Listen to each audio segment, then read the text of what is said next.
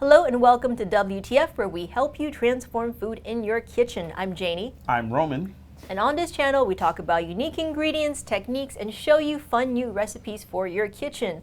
And you might have already noticed this is a theme episode in celebration of St. Patty's Day. Exactly. So, I think we're really feeling our new look right here. Love it. So, Love I think hat. theme. It's beautiful. Yeah, theme episodes might be a thing of the future. It might be. It might just be. But what we're doing today is we're actually going to show you what to do with your St. Patrick's Day leftovers, because a lot of times you make a ton of brisket, you make a ton of cabbage, and you're like tired of eating it after a day or two. So Roman is going to show you how to transform that leftover into an amazing weeknight dinner. All right, I'm going to let you take it away and talk about what you're making today. All right, so today we are going to make corned beef brisket tacos. Ooh. Now, I love a good taco. I know you guys love a good taco. And I also love a good St. Patty's Day dinner, which would be your corned beef and your cabbage. So today we're going to make a nice tortilla to go with our corned beef and our cabbage. Yeah. Very simple. I wanted to keep in the theme of St. Patty's Day, so I opted to add a little bit of spirulina to our mixture. That's going to give it that nice bright green color. I like to keep in with the holidays. Yeah, and it's a superfood, so the taco is pretty much a health food at that point. Exactly, so Right? it's actually It's healthy. spirulina. It's going to be Exactly. healthy now. Exactly. But not really. But anyway, this All right. recipe is super quick and super easy. Okay. We got our basic ingredients is mozzarella, regular flour, spirulina, like I said earlier, some salt, and a little extra. We got some sodium alginate. Ooh, Sodium okay. alginate is a great dough conditioner. We use it in bread. I've been using it in some of the experimental pizza doughs I've been trying out. And in this recipe, as a conditioner, it retains moisture, so it'll be great. So once we get in the fryer, you won't get that really crackly, taco that you can sometimes get when it sits out. Okay. It'll keep it nice and soft. Awesome. All right, so let's do it. Very easy. We're going to start off with our mozzarella, our flour, our spirulina, which is healthy, by the way, salt, and our alginate. And I'm going to use the chopsticks. I'm going to get that together because you kind of want to get that alginate into the flour and disperse it as evenly as you can. Yeah, and we're doing this recipe today, but last year or maybe 2 years ago, I forget, we did do an entire episode that is all about St. Patrick's Day and making this corned beef and cabbage. We're going to link to it in the description below. So if you're like, I'm looking for a great recipe for those, that is also available to you. All right. So once you have this mixed up, I would go a minute just to really, get that incorporated. You really don't want, you want that alginate to get in there. It's a important part of this, as I said earlier. So you want to make sure you get that in there. So you go a good full minute. All right, now that we've got it all incorporated, we're going to slowly add our water, very slowly, while we mix. And you don't want to add this all at once. You kind of want it, just a little bit at a time. It'll start to clump up, as you can see. If you're one of our keto viewers, you're like, I also want to make an awesome tortilla. We also have a keto tortilla recipe. Yes. I'm going to link to that in the description as well, so that you can also get in on the fun. Just add the spirulina and make it green. Yep. I actually, when I was doing this recipe, I actually did the keto recipe also using spirulina, and that actually came out pretty nicely too. Cool. All right, but as you can see, it's nicely working. You want to make sure that flour is coming off the sides of your bowl. Okay. And then once it does, you can start getting your hands in there and forming your dough. So there you go. You want to get your hand in there. You want to work it. This is going to have kind of a Play-Doh-ish texture. Okay. So you can feel that, and yeah, like this is perfect. If you need to, you can add a little bit more flour if it's too tacky, or you can add a little bit more water if you feel like it's too dry. I feel like it's perfect right now, so once that's done, get it out of the bowl and kind of work it on our cutting board. So I'd work it for about 2-3 minutes. What you want to do is you want to get a nice smooth ball. The reason we have the flour in there, also the masa, is that gluten is going to work really nicely. That sodium alginate, it's going to help the gluten. It's going to strengthen it. and retain that dough. So once you have this into a bowl, look into about something like that. Wrap it up, let it rest for about 15 to 20 minutes because right now it's too wet and tacky, so your balls won't be able to form very nicely. So you let it rest for a little bit. We'll get back to it and we'll form some balls and we'll make our tortillas. Okay. All right, and we're back. We're ready to make some tacos. But first, of course, I do want to remind you to subscribe and like and hit that notification button so you get more fun recipes of us dressing up because we like it. So let's do definitely. that. Yeah, please. Tell us you like it in the comments because I want to wear more fedoras. He's like, more fedoras. Please, more fedoras. And he wants to wear them unironically. If we could, less hipster. Okay. All right, so we are rested. I already rolled out 30-gram balls. Okay. And then now we have our tortilla press, so we are ready to press. What I did was, as you can see, this is a normal Ziploc bag. I just cut out some squares out of this. This is really great. You can use parchment paper. You'd have to spray it. Deli paper works really, really great for this. Okay. But not everyone has deli paper just lying around their house, or parchment paper for that matter. But more people have Ziplocs in their house. So hot tip from the chef. Yes. So this is Ziploc bag works great. All right. So we're gonna get that right in the center. And what you don't want to do is, when I first started making tacos, I would press it down like too much.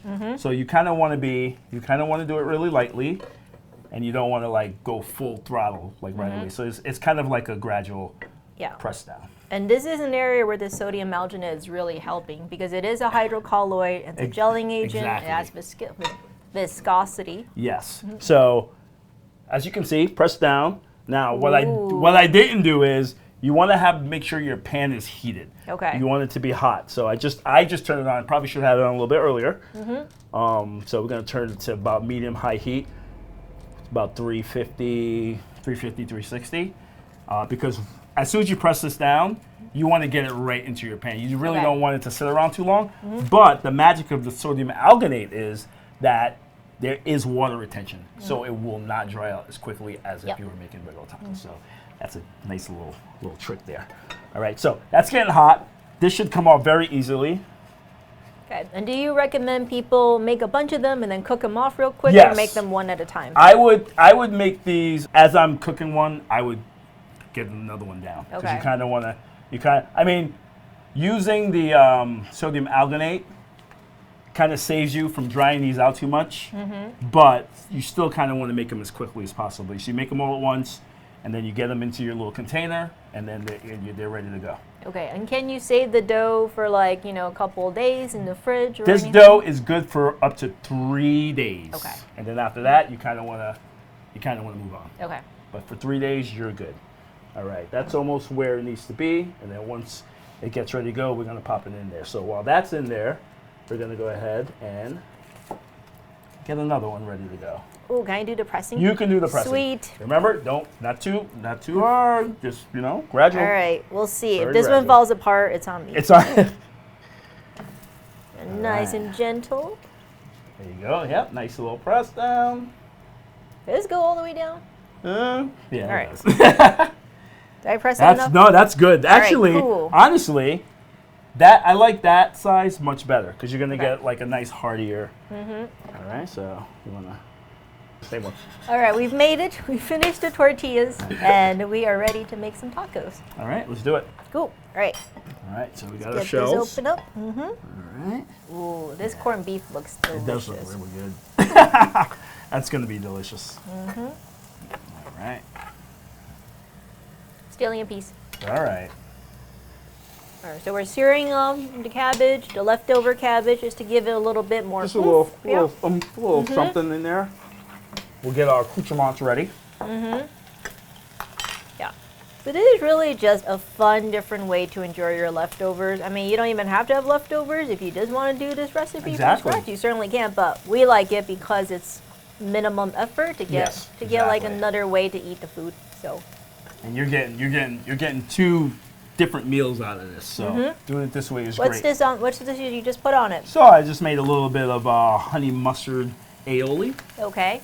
Using one of our newly researched recipes for eggless mayo. Ooh, okay. That's coming up. So if you're like, I want to make eggless mayo, I think that's coming out Pretty soon, huh? yeah, probably in a couple of weeks. So, but it is also very good if you don't like eggs. It is, I would say texturally pretty much it's the same. It's almost the same. Yeah, great flavor. I've used it on a few sandwiches, you know, in the testing phase, and to me it's 1-to-1 with regular mayo. So. Yeah, awesome. All right, so let's get some of our cabbage on there that we seared. Got some nice color on there. And then we'll put a little bit of pickled red onion. Ooh. Give it a little bit of a zing. All right. All right. So I love the presentation of these tacos. I love that they got the green and the pink and the yellows They all look good. all It combined looks good. together for the holidays. So let's have it. All right. Let's have it. Ooh. Oh man.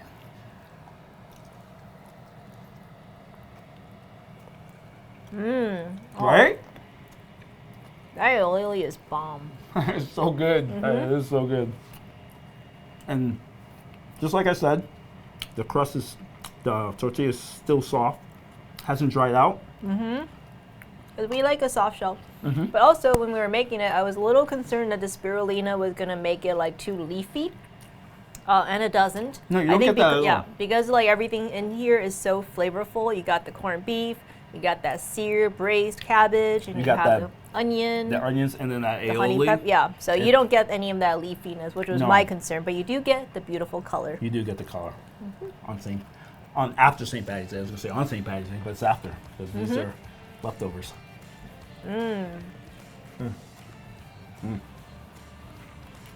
Really good.